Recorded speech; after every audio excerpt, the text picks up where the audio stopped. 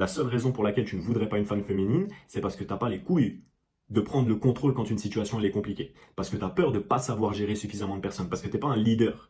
Tu n'es pas un homme qui sait gérer une meute. Et tu sais que tu n'as pas les compétences de faire ça parce que tu n'as jamais travaillé sur ces compétences. You want to be a trad wife, a traditional wife, Yeah. farm, unjabbed. You know who else is unjabbed? You? I like that sound.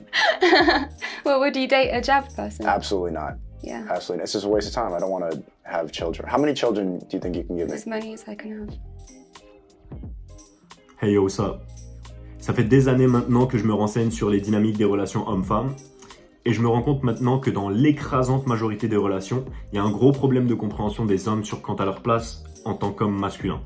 Et ça crée du coup des dynamiques relationnelles où la femme, qui a une énergie beaucoup plus malléable, qui s'adapte beaucoup plus à son environnement énergétique, voit un homme qui commence à agir comme une femme devant elle. Et du coup, logiquement, elle va prendre la place de l'homme, mais elle se sent pas du tout heureuse à cette position-là. Et donc, ça va la rendre agressive, toxique et détruire la relation, et autodestructrice, et elle va détruire la relation. Dans la majorité des cas, c'est ce qui se passe. Il peut se passer aussi l'inverse, mais dans beaucoup de cas, c'est la faute de l'homme qui n'a pas compris sa position en tant qu'homme et qui ne comprend pas du coup pourquoi la femme agit de cette manière. Hier ou avant-hier, j'ai eu une conversation avec une femme et où on parlait du coup des résultats. Elle me demandait quels résultats ça avait, la rétention séminale sur moi. C'est une femme avec qui je parle souvent de spiritualité, etc. Elle me demandait quels étaient les effets de la rétention séminale pour moi. Et j'ai parlé de plusieurs choses et j'ai notamment cité la créativité. Et elle m'a dit c'est étonnant parce que la créativité pour moi c'est plutôt une caractéristique féminine.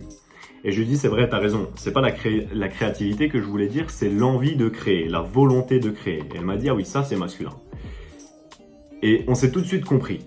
On s'est tout de suite compris sur l'idée que la créativité, la volonté de vivre dans l'instant présent, de faire des choses amusantes et de vivre dans un flow, c'était une caractéristique féminine. Mais que la volonté, la discipline, l'envie d'affronter des choses, c'était une caractéristique masculine. Et c'est des conversations qui sont extrêmement intéressantes. Et ça, c'est le genre de femme que tu vas avoir dans ta vie. C'est pas forcément suffisant, parce que je sais qu'il y a beaucoup d'hommes, les hommes, on est très certainement sensibles à des très belles qualités, à des qualités très féminines, parce qu'on a l'impression qu'elles sont très rares. Mais ce qu'il faut comprendre, c'est que comme je viens de le dire précédemment, une femme, elle s'adapte énormément. Un exemple de ça que j'ai eu récemment et qui m'a confirmé encore une fois mes connaissances, c'est avec un ami à moi qui parlait avec une fille avec qui il était à l'université. Et quand ils se sont rencontrés, cette fille, c'est une Albanaise. Donc elle peut paraître froide, etc. Quand lui, il est latino. Et du coup, c'est des cultures qui sont un petit peu différentes, tu sais. Mais où, dans les deux cas, la femme est très féminine et l'homme est très masculin. Mais cette femme-là, elle lui faisait beaucoup de shit tests, tu vois. Ils étaient même pas en relation ni rien, mais juste elle lançait souvent des pics, etc. Tu vois. Mais il y a différentes manières de lancer des pics. Et là, c'était des pics pour le tester. Et nous deux, on discutait de ça parce que c'est un mec qui est très conscient comme moi de la dynamique des relations hommes-femmes. Et on discutait de ça. Et plusieurs fois, il disait, ouais, là, c'est un peu trop, j'aime pas ce shit test. Et comme c'est un mec masculin et qu'en même temps, il était pas en train de simper pour la relation parce qu'il s'en foutait un peu, parce que quand t'es un homme qui est dans ton chemin de vie, non seulement les femmes, c'est pas ce qui t'intéresse le plus, mais en plus, t'en as en grande quantité, et du coup, il s'en foutait et répondait pas. Et en agissant de cette manière-là, en agissant de la manière qu'on savait être la bonne, en ayant ces discussions ensemble, et cette femme, elle a changé son comportement progressivement.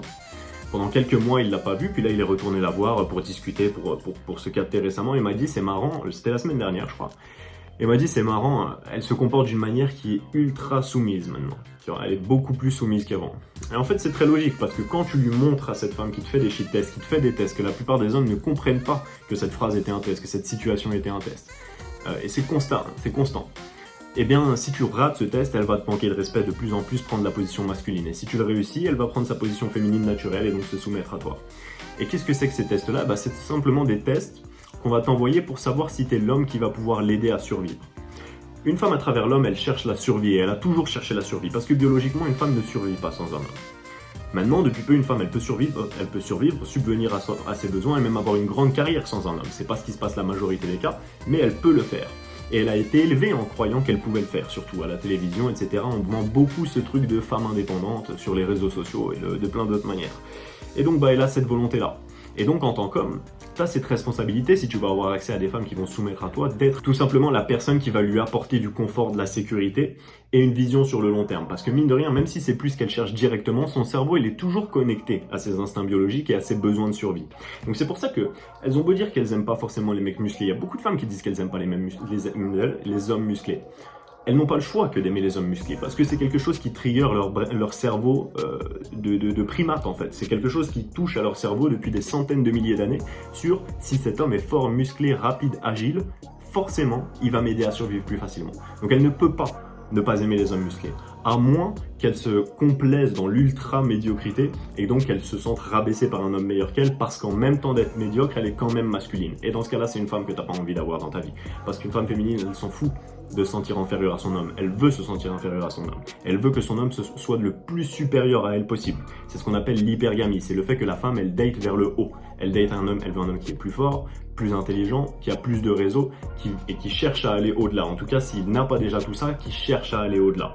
Dans la majorité des cas, c'est des recherches scientifiques que vous pouvez chercher assez facilement sur Internet, ça s'appelle l'hypergamie. Il y a plein de thèses là-dessus qui sont écrites par des grands médecins, notamment Dr Jordan Peterson, qui était professeur de psychologie, à Harvard et qui est encore professeur de psychologie en ce moment, je crois, à Toronto, ou en tout cas qu'il a été pour plus d'une quinzaine d'années. Il y a énormément de vidéos de lui sur l'hypergamie sur YouTube et je vous les recommande. D'ailleurs, je vais vous mettre un extrait tout de suite d'une vidéo de Jordan Peterson qui explique la dynamique des relations hommes-femmes.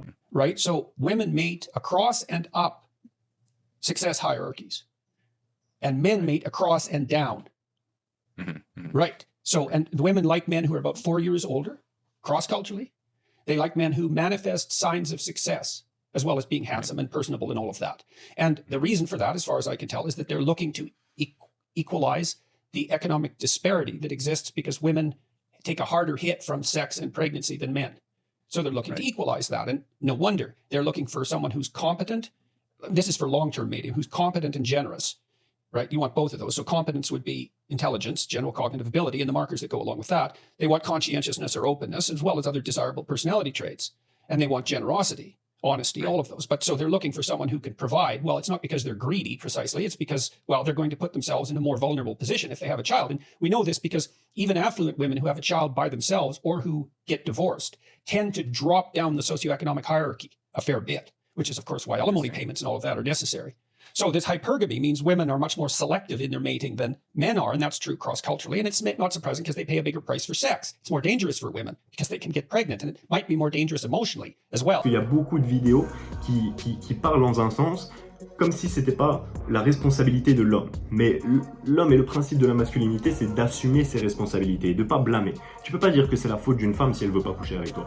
Ou tu peux pas dire que c'est la faute d'une femme si elle te met des stops, si elle te parle mal, si elle te répond pas à tes messages. Puisque la raison pour laquelle elle fait ça, c'est parce que t'es pas un assez haut être humain dans la hiérarchie sociale qui fait qu'elle pourrait tout plaquer pour toi. Tout à l'heure sur les réseaux, je suis tombé sur une vidéo d'un mec qui demandait un conseil à un autre gars qui fait des vidéos Red Pill aux États-Unis et qui lui disait il y a une femme que j'apprécie vraiment et qui dit qu'elle veut faire les choses petit à petit. Ça fait 5 fois que je vais en date avec elle et on s'est toujours pas embrassé, on n'a rien fait du tout et on s'est toujours même pas embrassé parce qu'elle me dit qu'elle veut prendre les choses petit à petit. Je l'aime beaucoup, qu'est-ce que je devrais faire ? Et je ne vais pas donner la réponse forcément de cet homme-là, mais je vais donner mon avis sur cette situation. À mes yeux, est-ce que j'ai constaté en devenant un meilleur homme, un homme qui cochait de plus en plus de cases dans la hiérarchie masculine, et donc augmentait ma valeur sexuelle sur le marché, et donc avait accès à des femmes plus belles et plus soumises qu'avant? Ce que j'ai constaté, c'est que ça, c'est jamais vrai. Tu peux t'accrocher à ça et dire un jour je vais l'embrasser, un jour je vais coucher avec elle, un jour machin. Et c'est possible que ça arrive au bout de quelques temps. Mais la réalité, c'est qu'il y a un homme pour qui elle coucherait le premier soir, ou il y a un homme pour qui elle coucherait le deuxième ou le troisième soir, à part si c'est un cas de religion ou vraiment de principe et de vertu, et dans ce cas-là, même pas la peine de dire que c'est des femmes de haute valeur et que donc c'est le genre de femmes auxquelles tu veux t'intéresser, parce que ces femmes-là n'ont pas peur d'être soumises, et elles savent qu'elles vont être soumises, et c'est pour ça qu'elles se soumettent pas pour rien, notamment. Mais si tu veux une femme entre guillemets classique, mais qui a quand même des valeurs traditionnelles, qui n'est pas forcément dans la religion, qui ne se préserve pas forcément pour le mariage, mais qui en tout cas, t'as envie qu'elle te montre des signes d'intérêt physique. Et ben je peux te dire que 5 dates c'est beaucoup plus que ce qu'elle aurait donné à un footballeur qui est un 9 sur 10 ou 10 sur 10 physiquement en plus d'avoir tous les autres attraits. Pourquoi ? Parce qu'elle sait que ce mec-là, elle aura pas 5 occasions de le voir avant qu'il parte. Elle sait que si elle lui donne pas ce qu'il veut, et ben au bout de 5 fois il ira voir ailleurs parce qu'il a déjà accès à toutes ces autres choses. Donc la raison pour laquelle elle te donne pas ça, c'est parce qu'elle sait que toi t'as pas accès à toutes ces autres choses ou que tu n'es pas suffisamment élevé pour qu'elle ait envie de te sécuriser en quelque sorte. Tu vois, c'est ce qu'on appelle le FOMO, la Fear of Missing Out. C'est ce qui fonctionne sur les investissements, c'est ce qui fonctionne sur les promotions, sur tout ce qui donne un rush à ton cerveau, qui te donne la sensation que ça je dois l'avoir maintenant parce que sinon je vais le rater. Et c'est exactement ce qui se produit dans le cerveau des femmes si tu es assez élevé. Et c'est pour ça que tu n'as jamais de difficulté à coucher le premier ou le deuxième soir et que c'est toi qui vas décider de ça. C'est pas pour autant, moi je conseille pas de coucher tous les soirs avec une meuf ou même de chercher à coucher avec le maximum de meufs. Moi personnellement, c'est pas ce qui m'intéresse du tout. Je considère que c'est un autre angle de la red pill qui moi ne m'intéresse pas, qui est juste, je suis devenu plus beau, je suis devenu plus haut dans la hiérarchie sociale, j'ai une meilleure valeur sur le marché du sexe et donc je vais l'exploiter et juste baiser le maximum de meufs. Pour moi, c'est pas du tout intéressant. Pour moi, ce qui est intéressant, c'est vraiment la féminité et le fait de créer une complémentarité avec ma propre masculinité dans laquelle je m'épanouis. Un exemple que je vais vous donner, c'est que quand j'ai commencé à augmenter cette valeur sur le marché sexuel, je suis tombé immédiatement, très rapidement, après quelques mois de compréhension, de lecture de livres, de développement personnel, de faire du sport, de manger mieux, de réfléchir à ma manière de m'exprimer, de savoir tenir une position face à une femme et de comprendre que la fermeté, c'était beaucoup plus respecté plutôt que de suivre ce qu'elle te fait croire qu'elle a envie que tu fasses. Je suis tout de suite tombé sur une femme que je trouvais magnifique. Mais quand je dis magnifique, c'était à mes yeux la femme, et encore aujourd'hui potentiellement la femme la plus belle que j'ai jamais vue, star comprise, etc. J'ai jamais vu une femme aussi belle qu'elle, et aussi incroyable, avec une énergie féminine. Et je savais qu'elle était vierge. Donc je savais que potentiellement ça pouvait être le genre de femme avec qui je pouvais avoir une relation longue, etc., qui pouvait m'intéresser. Le problème, c'est qu'elle m'a fait trop de shit test. C'est-à-dire qu'elle m'envoyait des pics, on rigolait, moi ça me dérange pas, forcément tu flirtes, t'envoies des pics pour rigoler, etc. Et puis à un moment, elle m'a fait croire qu'elle pouvait plus me parler parce que ses parents allaient être contre, tu vois. Sauf que moi, j'ai pas envie d'une relation de Roméo et Juliette. Et je comprends, et si mon objectif principal, ça avait été d'avoir une femme dans ma vie ou d'avoir cette femme précisément, j'aurais pu persévérer. Mais moi, c'est pas ce que je voulais. Et je voulais pas non plus juste coucher avec elle, je voulais une relation cool, mais j'avais pas envie d'avoir à me battre avec sa famille pour forcer une relation. Je me suis dit que je savais très bien que si elle voulait me parler, elle pouvait le faire, puisqu'elle avait accès à un téléphone et que c'était possible. C'est toujours possible de s'arranger quand la femme, elle travaille, elle sort, etc. C'est toujours possible. C'est la même chose qu'avec les 5 dates. Elle va te dire quelque chose, mais c'est pas la réalité. La réalité, c'est que pour quelqu'un d'autre, elle l'aurait fait différemment. Et moi, je le savais, ça. Donc quand elle m'a dit ça, je me suis dit, ça, c'est un gros shit test. Et pour moi, ma décision personnelle, je sais comment je pourrais le remporter, mais j'ai même pas envie de remporter ce shit test, parce que ça, pour moi, c'est le genre de shit test, c'est un red flag, limite, ce shit test-là, tu vois. J'ai même pas envie de traverser ça. Et de toute façon, la meilleure manière de réussir un shit test, et je vais le prouver avec cette histoire-là maintenant, c'est de ne même pas le considérer, et c'est d'agir exactement comme je l'ai fait, c'est-à-dire de s'en battre complètement les couilles. Puisque 99% des autres mecs qu'elle verra ne s'en battront pas les couilles, et vont chercher à s'adapter, à dire « Ah non, mais on va trouver des solutions » ou « Oh, bah c'est pas grave, machin, nan. » Ils vont faire les victimes face à cette situation, tu vois. Parce qu'ils vont montrer en fait qu'ils n'ont pas d'abondance. Alors que moi, comme je m'en battais réellement les couilles, je lui ai juste dit « Ok. » Et ce que ça a provoqué, c'est qu'elle s'est mise à m'envoyer des messages tous les jours, à m'envoyer des playlists de sons qui contenaient uniquement du taiki ou des sons ultra sexuels que même moi ça me mettait mal à l'aise d'écouter tellement c'était des trucs ultra sexualisés. Elle m'envoyait des cœurs, des bisous avec des cœurs, etc. Et moi juste j'ai complètement arrêté de répondre. Même si c'était la femme la plus belle. Pourquoi ? Parce que je suis suffisamment ferme pour savoir exactement ce que je veux et ne pas me laisser modifier par la beauté d'une femme, par le sexe ou par quoi que ce soit d'autre. Si tu ne corresponds pas à mes critères qui sont de la soumission, de la féminité et de la sainteté mentale, si tu envoies des shit tests qui me laissent penser que tu es toxique d'une manière ou une autre, parce que ça, c'est pas grand chose, mais c'est un red flag, c'est quelque chose qui te laisse penser, ok, elle est prête à faire ce genre de test, tu vois, elle veut voir jusqu'où je peux aller. Et donc après dans la relation, ça va continuer. T'as beau croire que les femmes, elles vont changer complètement, etc. C'est possible, c'est possible. Mais c'est beaucoup plus simple de trouver une femme féminine et qui sera soumise à toi pour les bonnes raisons parce que t'es le genre d'homme pour qui ça vaut le coup de se soumettre, plutôt que de chercher à soumettre une femme qui n'est pas soumise de base. Parce que ton but et ton rôle en tant qu'homme, ton objectif de vie même, si tu veux fonder une famille, si tu veux une femme soumise, une femme qui va te respecter, qui va pas te manquer de respect devant les gens, te dégrader, te rabaisser, qui va pas rigoler avec d'autres hommes, prendre des gros fous rires en faisant du eye contact devant toi comme si t'étais une merde, comme si t'existais pas, qui vont pas faire des blagues sur toi devant les autres, te manquer de respect d'une manière ou d'une autre, ou même penser à te manquer de respect, et qui vont donner 100% de leur énergie, qui vont pas se plaindre quand tu leur demandes de faire des choses qui sont prendre soin de la maison, te faire à manger, prendre soin de toi. La seule raison pour laquelle elle devrait faire tout ça, c'est parce que toi, t'assumes aussi ton rôle d'homme. Et c'est parce que toi, t'es la personne qui lui amène de la sécurité. C'est parce que toi, non seulement t'es beau, mais t'es intelligent, et surtout tu travailles tous les jours. Et surtout tu lui ramènes de l'argent, et surtout tu lui amènes de la sécurité, et surtout tu lui amènes de l'amour de la bonne manière, et surtout tu sais communiquer. Et t'es une personne qui est saine et qui remplit toutes les cases. Là, tu débloques toutes les options. Là, t'as accès à une infinité de femmes. Parce que t'es devenu le genre de personne qui n'existe pas tant que ça. Il n'y a pas tant que ça d'hommes bons. Il n'y a pas tant que ça de femmes soumises. Et on a l'impression qu'avec les réseaux sociaux, c'est de pire en pire. Parce qu'on voit les femmes à qui on vend cette image de « il faut être indépendante, il faut être masculine, il faut chercher à se faire toute seule, et les hommes, on s'en fout, etc. » Parce que Peut-être que c'est ok si tu as envie d'avoir cette vision-là et de te retrouver à 40 ans quand ton corps il va se dégrader, même 30-35, et que tu vas voir tout de suite la courbe des personnes qui t'approchent dans la rue chuter drastiquement, là tu vas changer d'opinion. Ou alors tu vas juste vivre les 3/4 de ta vie ou les 2/3 de ta vie seule. Parce qu'une femme, après ses 25 ans, son nombre d'options, il décline. Et plus les options qu'elle a avec le temps, avec des enfants, en ayant vieilli ou en ayant moins d'argent, en ayant moins d'enthousiasme à travers la vie, plus elle aura de nouvelles options, ça va se renouveler en fait, ça va plus du tout être le même genre d'homme. Elle va pas se retrouver avec des footballeurs dans ses DM quand elle aura 45 ans et que ça fera 25 qu'elle est devenue insupportable parce qu'elle a grandi toute seule. Vous voyez et parce qu'elle a jamais appris à se soumettre à un homme. Alors qu'un homme, il construit sa valeur. Une femme, elle est belle dans la pureté. Un homme, il est beau dans la cicatrisation, ou plutôt après la cicatrisation. Une femme, elle aime un homme qui a vécu des épreuves et c'est comme ça qu'il se construit parce que c'est comme ça qu'il devient un homme. C'est comme ça, c'est en apprenant à battre l'adversité. C'est en étant allé à la guerre, c'est en ayant des grosses cicatrices sur le corps, pas forcément physiques, mais en tout cas à savoir ce que c'est que de traverser une épreuve difficile. Parce qu'on attend de lui qu'il porte le bateau si ça coule. Les femmes et les enfants d'abord. Pourquoi? Parce qu'on a envie de les protéger, oui, mais surtout parce que c'est pas eux qui servent à sauver le bateau. Eux, ils seront pas capables de sauver le navire. La meilleure chose à faire, c'est qu'ils partent. Et c'est exactement la même chose dans la société, ce sera exactement la même chose dans ton foyer. Notamment si tu veux une femme féminine, et la réalité, c'est que tu veux une femme féminine. La seule raison pour laquelle tu ne voudrais pas une femme féminine, c'est parce que t'as pas les couilles de prendre le contrôle quand une situation elle est compliquée. Parce que tu as peur de pas savoir gérer suffisamment de personnes. Parce que t'es pas un leader. T'es pas un homme qui sait gérer une meute. Et tu sais que tu n'as pas les compétences de faire ça parce que tu n'as jamais travaillé sur ces compétences. Alors qu'il ne suffit pas de grand chose. Si tu veux avoir accès aux 1% des femmes, il suffit de faire ce que 99% des hommes ne font pas. Ta compétition, elle est faible. Regarde les gens dans la rue. La plupart des hommes, ils vont pas à la salle de sport. Ils savent pas s'habiller comme il faut. Ils se respecteront pas quand ils parleront à une femme. Et en fait, à chaque fois, t'enlèves, t'es pur, tu passes dans un entonnoir. Ok, on enlève tous les hommes beaux déjà. Sachant que c'est beaucoup plus facile pour un homme de devenir beau que pour une femme. Parce que tu peux bien plus modifier ton visage déjà, ne serait-ce qu'à travers le sport, ne serait-ce qu'à travers manger bien, et toutes les autres qualités ont beaucoup plus d'importance que le physique. En tout cas pour les hommes. On dit toujours, et toutes les femmes ont toujours dit qu'un homme drôle, un homme intelligent, un homme qui sait leur parler, ça fait 99% du travail.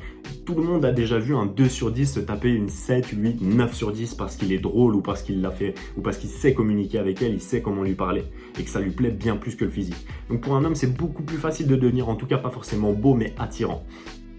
Parce que toi, tu vas travailler. Donc ensuite, il reste les hommes qui sont pas attirants, mais qui sont, par exemple, je sais pas, musclés. Ok. Si toi, tu es musclé et que tu es attirant, déjà, tous ces hommes-là ne sont plus ta compétition. Ensuite, parmi les hommes qui restent, il y a les hommes qui lisent pas. La majorité des gens, en France, en moyenne, les gens lisent un livre par an. T'en lis 2, tu as 2 fois plus de connaissances que toute ta concurrence. Donc maintenant, t'enlèves les gens qui lisent pas autant que toi. Ensuite, à côté de ton travail, tu développes un business, ou tu fais un business à temps plein, ou tu fais de l'achat-revente, ou tu fais les 3. Et là, tu es au-dessus de 99% des hommes qui restent. Et ensuite, avec le temps, progressivement, l'effet cumulé d'aller à la salle de sport, de développer son cerveau, de regarder des vidéos comme celle-ci, d'investir dans des business, ou plutôt de monter des business, puis d'investir dans des sociétés, avec l'argent que tu récupères, de pas claquer dans du Gucci, du Prada, du Louis V, mais de t'en servir pour faire une différence dans l'humanité, d'investir dans des associations, de créer ta propre association, de voyager dans le monde pour aider les gens, pour avoir un impact. Et là, il reste vraiment pas beaucoup de concurrence. Et à ton avis, si tu avais ce style de vie, à quel genre de femme t'aurais accès? T'aurais accès à complètement tout le catalogue, en fait, puisque tu es une option irremplaçable. Et c'est pour ça que Jay-Z, il peut tromper Beyoncé. Jay-Z, il peut remplacer Beyoncé. Il y a beaucoup de femmes très belles, et talentueuses, et féminines. Il n'y a pas beaucoup de Jay-Z. Et donc, si tu deviens Jay-Z, t'as pas du tout de concurrence. Et l'avantage, c'est que les autres Jay-Z, les gens comme moi, les gens comme toutes les personnes qui ont fait ce travail de développement personnel, c'est même pas de la concurrence, parce qu'ils veulent pas ta femme. Parce qu'ils ne veulent pas le genre de femme qui pourrait te tromper avec un autre mec. Alors que quand t'es nul, tout le monde est de la concurrence. Si t'es un 5 sur 10, ça veut dire que la moitié des gens sur Terre, la moitié des hommes sur Terre, ce qui fait des milliards de personnes, ils sont au-dessus de toi. Si tu as un physique moyen, un compte en banque moyen, un visage moyen, la moitié des hommes sur Terre sont meilleurs que toi. Et par biologie, la femme, elle va être intéressée par eux plus que par toi, puisque c'est de l'hypergamie, c'est le principe. Quoi qu'il arrive, elle sera attirée par des hommes s'ils sont meilleurs que toi. Elle ne peut pas s'en empêcher, c'est biologique, c'est son instinct de survie qui kick. C'est son instinct de survie qui fait ça. Et tu peux pas lui en vouloir pour son instinct de survie. C'est ta faute si tu lui donnes pas les qualités nécessaires qui font qu'elle a même pas envie de regarder ailleurs. Pourquoi tu crois que la femme de DiCaprio, si tu l'as croisée dans la rue, elle aurait envie de toi. C'est quasiment impossible. T'as vu le statut, t'as vu l'argent, t'as vu comment les gens ils le regardent dans la rue, comment les autres femmes elles le regardent dans la rue. C'est impossible que tu sois sa compétition. Elle peut même pas penser à toi puisque t'as pas les critères, t'as pas mis en avant les choses qui pouvaient lui laisser penser que t'étais une meilleure option pour elle. Donc sois un homme. Prends toi-même les responsabilités de ce que tu vas faire dans la vie.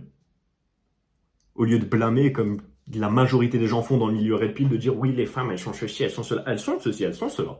Mais alors, qu'est-ce que tu fais? Tu pleures? Moi, j'ai une génétique physiquement de merde. Si je faisais pas de sport, si je faisais pas très attention à ce que je mange, je serais skinny et je serais faible physiquement comparé à qui je suis aujourd'hui. Maintenant que je le sais, qu'est-ce que je fais? Je pleure et je dis les autres, ils sont forts? Ou je fais ce qu'il y a à faire?